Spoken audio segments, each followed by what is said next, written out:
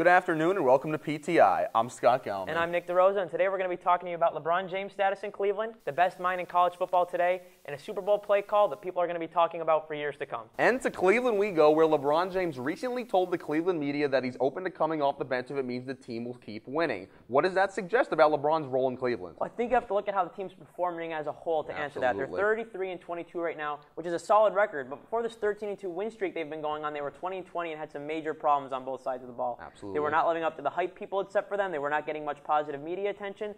And Kyrie Irving, Kevin Love, and LeBron were not meshing like this big three a lot of people thought they were going to be. It's just a strange comment. I don't think it's a real comment. Whether it's true, whether it's real or not, it's a strange comment for him to make. And I think it might just be because he doesn't know what his role is yet on this team, because he's not used to having to start over in a fresh new environment. Just keep your eye on the situation, and we'll see how it goes and see if they can keep their winning ways going. The ultimate line here is LeBron James wants to win. He's still averaging 29 points and 7 rebounds a game. Those are LeBron James numbers. He's battled some injuries. He's got a lot of youth around him. You talked about the big three. Kevin Love averaging 10 points and 7 rebounds a game. You also look at Kyrie Irving averaging 17 and 4 respectively. LeBron James wants to win. It doesn't really matter what's happening around him. LeBron James wants to win. There was a lot more pressure on him in Miami. Now he wants to win in Cleveland. Bottom line here is that if LeBron James is winning, well, his butt is on the bench, and that's where it's going to be throughout the season. Well, talking about winning, Urban Meyer just led the Ohio State Buckeyes to their first ever college football playoff championship with a third-string quarterback leading the team. Does that make him the best college football head coach in the game today? No, it's not even close. Nick, I'm not leaving Miami. Saban is the best college head football coach right now. Another #1 recruiting class in 2015, a 12-2 record last season in a very competitive defensive SEC conference. Honorable mention goes to Jimbo Fisher over at Florida State. Jameis Winston has been a monster off the field. Ultimately, he's dealt with that well, back-to-back ACC championships. Oregon head coach Mark Helfrich. Who wants to play in Oregon? Maybe a guy named Marcus Mariota does, absolutely. He does. Kudos to him. Ultimately, Urban Meyer deserves some credit for what he's been able to do, but Nick Saban's coming back in 2015. I disagree with you, Scott, and I want to break it down a little bit because before the start of the season, the Buckeyes starting quarterback was Braxton Miller, a guy that a lot of people thought was going to be on the top of a lot of NFL team draft boards, but he tore his ACL before the season started and is out for the year. So redshirt freshman J.T. Barrett comes in. The kid lights it up. He did. 2,800 passing yards and 34 touchdowns for a freshman. Are you kidding me?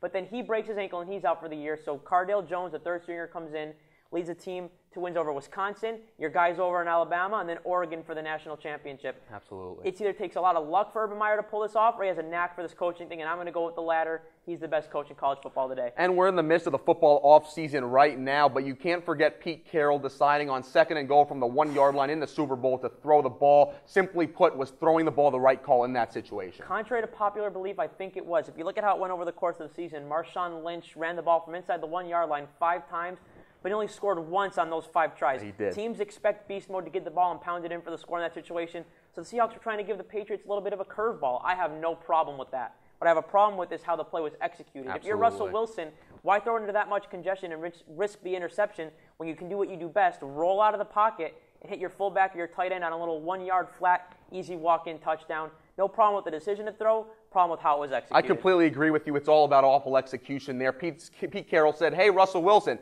you completed 62.1% of your passes this season. Go throw me the winning touchdown in the Super Bowl. He just couldn't do it. Great play call. He was going to have to pass eventually. 20 seconds, X down and goal, 1 timeout. You're going to have to throw in that situation. You have to admire Bill Belichick. He said, hey, Malcolm Butler, if you see that formation, jump the route. What a play that was. What a play that was. He picks the ball off. Super Bowl's over. Bill Belichick's great. All is right with the world. And ultimately, right call, awful execution. It's only shoulda, woulda, coulda for the Seahawks now, Scott, but this is all we have for you today, and thank you for joining us on this edition of PTI.